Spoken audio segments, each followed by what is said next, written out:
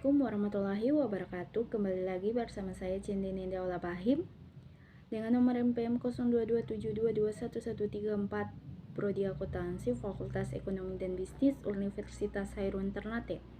Yang terhormat Bapak Dr. Suito SEM SI AK CS RS CS RA. Untuk memenuhi tugas akhir saya, di sini saya akan mempresentasikan proposal saya dengan judul Pola Perilaku Konsumen dalam Adopsi dan Penggunaan Aplikasi Keuangan Digital pada generasi milenial di kawasan urban. Latar belakang cenderung lebih terbiasa dengan teknologi dan memiliki tingkat keterbukaan yang tinggi terhadap inovasi baru termasuk aplikasi keuangan digital. Sosial juga berperan penting dalam adopsi aplikasi keuangan digital dapat dipengaruhi dari influencer di media sosial. Keamanan dan kepercayaan pengguna juga memainkan peran penting dalam pengambilan keputusan konsumen. Motivasi penelitian: meningkatnya penetrasi teknologi digital dalam kehidupan sehari-hari, terutama di kalangan generasi milenial, mempengaruhi penerimaan dan penggunaan aplikasi keuangan digital. Dengan pemahaman yang baik tentang preferensi konsumen, perusahaan mengembangkan strategi pemasaran. Penelitian juga memiliki implikasi sosial ekonomi yang penting. Penelitian ada 5. Yang pertama, motivasi dan keinginan.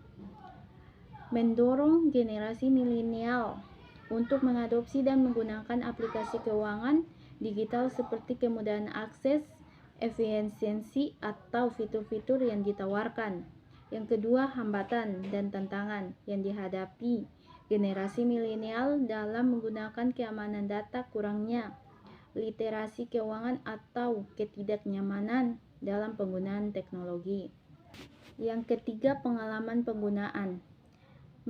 Mengevaluasi pengalaman penggunaan dalam menggunakan aplikasi keuangan digital, termasuk penggunaan kualitas layanan dan responsif terhadap kebutuhan konsumen. Yang keempat, keamanan dan kepercayaan. Mengukur tingkat keamanan dan kepercayaan generasi milenial terhadap persepsi keamanan dan privasi data. Yang kelima, penerimaan penggunaan aktif. Menganalisis tingkat penerimaan aplikasi keuangan digital yang mempengaruhi tingkat penggunaan aktif dalam pengelolaan keuangan sehari-hari.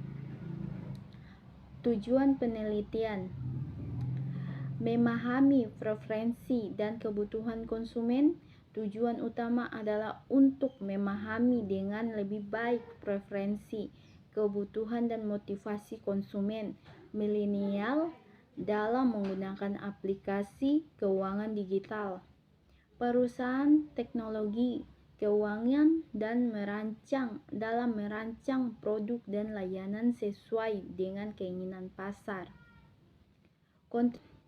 Kontribusi wawasan mendalam tentang pasar. Penelitian ini akan memberikan wawasan yang mendalam tentang pasar konsumen generasi milenial di kawasan urban, termasuk preferensi, kebutuhan, dan motivasi dalam menggunakan aplikasi keuangan digital. Bab 2. Puspitasari dan Ahmad Nijar Hidayanto 2019. Penelitian ini mengusulkan model konseptual untuk memahami perilaku konsumen milenial dalam mengadopsi teknologi finansial, termaksud seperti persepsi risiko, preferensi manfaat, dan norma sosial. Kajian. Yang pertama, tinjauan literatur tentang adopsi teknologi keuangan digital, tentang teori-teori dan adopsi teknologi. Yang kedua, faktor-faktor yang mempengaruhi adopsi aplikasi keuangan digital. Yang ketiga, metodologi penelitian. Yang keempat, temuan penelitian. Yang kelima, kesimpulan dan implikasi. Bab 3, metodologi penelitian.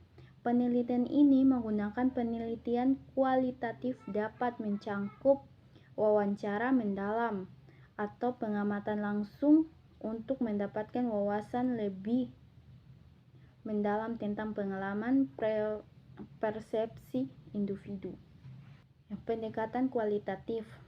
Pendekatan ini lebih fokus pada pemahaman mendalam tentang pengalaman dan persepsi individu. Ini melibatkan wawancara mendalam, pengamatan langsung, atau analisis konten untuk mengumpulkan dan menganalisis data kualitatif. Waktu penelitian ini akan dilakukan dalam rentang waktu yang dimulai dari bulan Maret hingga bulan Mei tahun 2024. Situs penelitian.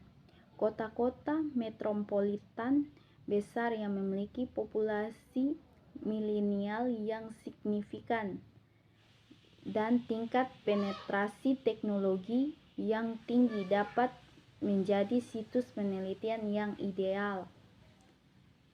Teknik pengumpulan data. Ada 3. Yang pertama, survei online adalah teknik yang umum digunakan untuk mengumpulkan data dan responden dalam jumlah besar. Yang kedua, wawancara mendalam. Wawancara ini biasanya dilakukan secara tatap muka atau melalui telepon dan memungkinkan untuk eksploratif. Yang ketiga, pengamatan. Pengamatan langsung ini dapat memberikan wawasan yang berharga tentang cara pengguna berinteraksi dengan aplikasi dan masalah-masalah yang mereka hadapi. Teknik pengujian kredibilitas data. Penggunaan instrumen pengukuran yang valid dan dapat diandalkan untuk mengukur variabel-variabel yang dipelajari. Yang pertama, validasi eksternal. Menilai sejauh mana temuan penelitian dapat diterapkan pada populasi yang lebih luas. Yang kedua, reliabilitas. Mengukur sejauh mana instrumen pengukuran atau metode pengumpulan data yang sama dapat menghasilkan hasil yang konsisten dari waktu ke waktu. Teknik analisis data. Analisis data terbagi menjadi 6. Yang pertama, analisis deskriptif. Yang kedua, analisis regresi. Yang ketiga, analisis faktor. Yang keempat, analisis cluster. Yang kelima, analisis tematis. Yang keenam, analisis naratif.